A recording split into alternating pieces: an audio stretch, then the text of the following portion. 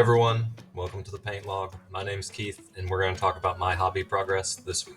If you weren't able to catch last week's episode, I've been working on a big terrain board / display board, and I finally think I was able to realize the image I had in my head of this cavern that had this ancient structure in it. So I'll throw some pictures up now. All in all, I'm happy with how it turned out.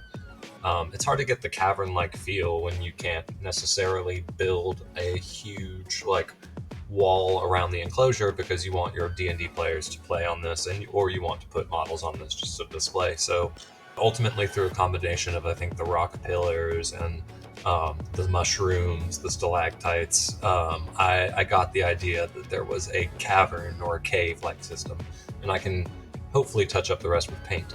And the stone archways, the giant snake pillar in the center, and even the small columns that I have implemented kind of add that feeling that there is a structure. So this was built for a purpose. So this week has been pretty much focused on the display board. I have painted some miniatures, which we'll see in a second. But when I had everything set up, the next step, unfortunately, was to take everything off. So things are in individual components now. I've primed some of the rock pillars, and you saw the stone archways. I've put bricks into them. You can see that even just with the primer, it looks a little bit more like a rock, and so that got me really excited to keep on going. I'll throw up some more pictures of the state of the board right now. After taking all the components off the board, this is what it looks like. This is the base, and this is everything that has been glued down. After this, I have to seal it. So there's a couple ways that I could do it. I could make up a Mod Podge mix or seal it with Mod Podge and black paint, and that could be a primer and sealant in one. But I actually decided to go with drywall putty. I covered it in the stuff, and it's currently drying, and I'm waiting to sand it down. So hopefully next week we'll have a little bit of an update, but right now it is a waiting game.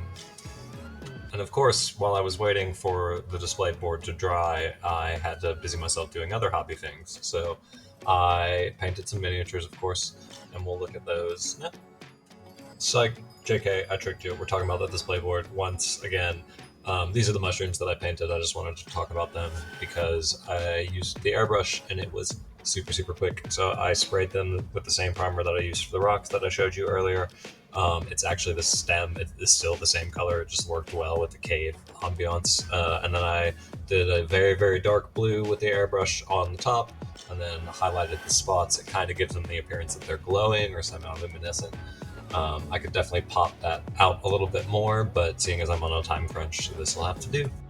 Next, of course, you all love them, you all expect them. It's the Grots, or the Grot in this case. Painted up another one. This is 8 done out of the 10. Almost there. 2 more weeks and it looks like we'll be done. Who knows, maybe I'll pull a whodunit and do 2 in 1 week. You don't know me, I'm just wild like that. Like the one from the past week, this one was a solid piece of plastic. There were no parts to glue in place, and it was a little bit frustrating painting. The canny viewer among you will be able to tell that his actual lips, mouth doesn't line up, but hey, we love him anyway. This was a quick paint job that I did last night just to kind of unwind a little bit. It is an enchanted mall from Wildspire Miniatures, part of the Enchanted Objects series that I've also been painting. If you haven't had a chance to check out my past videos, there's some really wonderful miniatures in there, including a headless turkey with a knife and a very, very cute teddy bear. I highly recommend that you go check those out. But like I said, this was kind of to take my mind off of life for a little bit. Happy with how it turned out for something that I whipped up in probably 40 minutes. This next miniature is special to me for multiple reasons. I didn't actually paint it this week. This is your freebie, so have fun with that. But this was what I would consider my first commission piece. I didn't necessarily get paid for this. I don't think I'm at the level that I could get paid for my painting. But someone that I play one-page rules with bought this miniature and asked me to paint it for them. They kind of chose the color scheme, and I did the best that I could. This was a couple months ago. This was also the first model that I really wanted to focus on the skin. I don't know if it comes across in the pictures, but I spent a lot of time on that skin to try and get the shadows and the blending, and I think it turned out pretty well for a first attempt.